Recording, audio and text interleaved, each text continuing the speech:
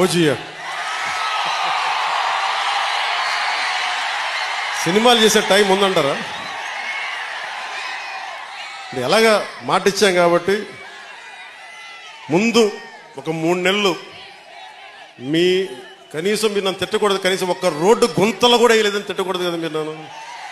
కనీసం గ్రామాలకి కొత్త రోడ్ల కంటే ముందు రోడ్లు గుంతలు పూడ్చి పాట్ హోల్స్ పూడ్చి మళ్ళీ మీరు తిట్టకూడదు కదా. నిన్ను ఎన్నుకుంటే మళ్ళీ నువ్వు వెళ్ళి ఓజీ చేస్తామని మనని క్యాజీ అంటే నేను ఏం చెప్పను.